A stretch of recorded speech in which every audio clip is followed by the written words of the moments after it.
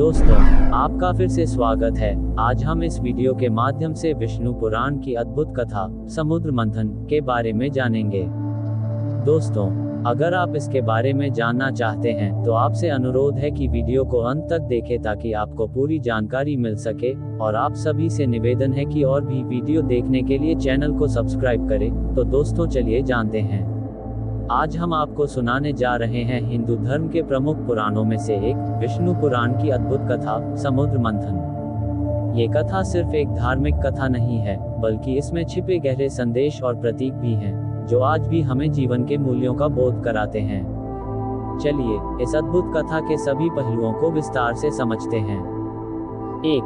देवताओं और असुरों के बीच संघर्ष। एक समय की बात है जब देवता और असुर लगातार युद्ध कर रहे थे। असुर अपनी अद्वितीय शक्ति और बल के कारण देवताओं पर भारी पड़ रहे थे। इंद्रदेव, जो स्वर्ग के राजा थे, इस समस्या से बहुत चिंतित थे। उन्होंने इस कठिनाई से उबरने के लिए भगवान विष्णु की शरण ली। भगवान विष्णु ने देवताओं को एक योजना सुझाई जिससे उन्हें अमरता प्राप्त हो सकती थी। ये योजना थी समुद्र मंथन की। भगवान विष्णु ने देवताओं को असुरों से संधि करने का सुझाव दिया। उन्होंने बताया कि समुद्र मंथन से अमृत उत्पन्न होगा, जिसे पीकर वे अमर हो जाएंगे। लेकिन इस कार्य के लिए असुरों का सहयोग आवश्यक था। देवताओं ने असुरों से यह बात साझा की और उन्हें भी अमृत प्राप्ति का लालच देकर समुद्र मंथन के लिए तैयार कर लिया। 2. मंथन की तैयारी। मंदराचल पर्वत और वासुकी नाग का चयन। समुद्र मंथन के लिए मंदराचल पर्वत को मथनी के रूप में और वासुकी नाग को रस्सी के रूप में चुना गया।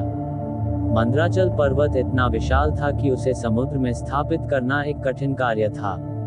भगवान विष्णु ने कच्छप अवतार धारण कर पर्वत को समुद्र की गहराइयों में स्थित किया ताकि मंथन के दौरान वह स्थिर रह सके। वासुकी नाग को पर्वत के चारों ओर लपेटकर मंथन की प्रक्रिया शुरू की गई। देवता और असुर दोनों ही मंथन में समान रूप से भाग लेने लगे।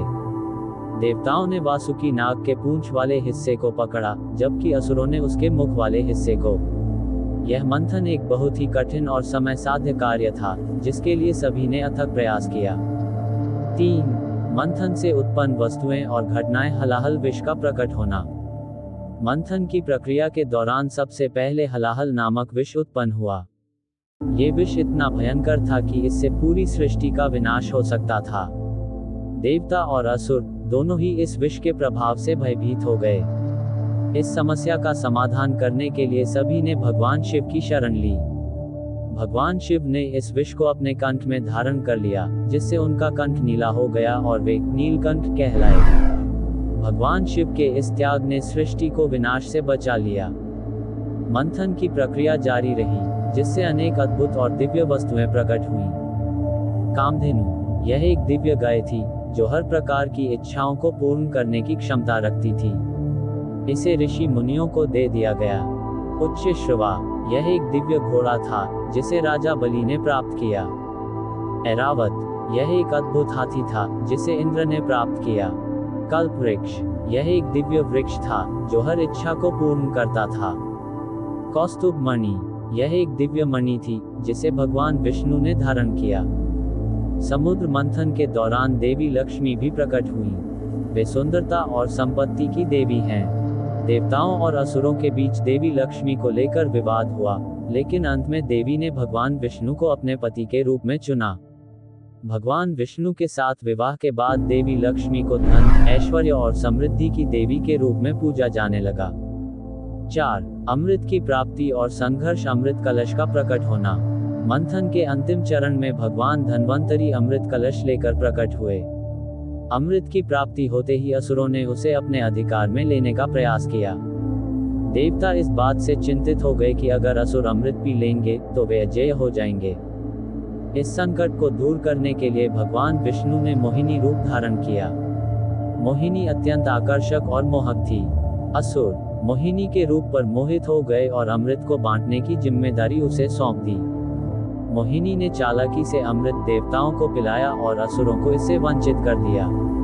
इस प्रकार देवता अमर हो गए और असुरों को पराजित कर दिया गया। 5. समुद्र मंथन का संदेश। धर्म और अधर्म का संघर्ष। समुद्र मंथन की यह कथा धर्म और अधर्म के बीच के संघर्ष का प्रतीक है। इसमें ये दर्शाया गया है कि कैसे धैर्य, संयम और सही मार्गदर्शन से सभी कठिनाइयों को पार किया जा सकता है। ये कथा हमें ये भी सिखाती है कि सच्चाई और धर्म के मार्ग पर चलने वालों की विजय निश्चित होती है। समुद्र मंथन की यह कथा आज भी हमें जीवन के मूल्यों का बोध कराती है। चाहे वह विषपान करने वाले भगवान शिव का त्याग हो या मोहिनी के रूप में भगवान विष्णु की चतुराई, इस कथा से हमें ये प्रेरणा मिलती है कि जीवन में धैर्य, विवेक और संयम से ही सफलता प्राप्त की जा सकती है। तो दोस्तों, ये थी विष्णु पुराण में वर्णित समुद्र मंथन की कथा। हमें उम्मीद है कि इस कथा से आपको न केवल धार्मिक ज्ञान प्राप्त हुआ होगा, बल्कि इससे आप अपने जीवन में भी कुछ महत्वपूर्ण सबक ले सकेंगे। दोस्तों, कमेंट के माध्यम से बताएं आपको यह वीडियो कैसा लगा। अगर आपको यह वीडियो पसंद आया तो लाइक करें, शेयर करें। आप सभी से निवेदन है कि और भी वीडियो देखने के लिए चैनल को सब्सक्राइब करें। आपका बहुत बहुत धन्यवाद। जय हिंद, जय भारत।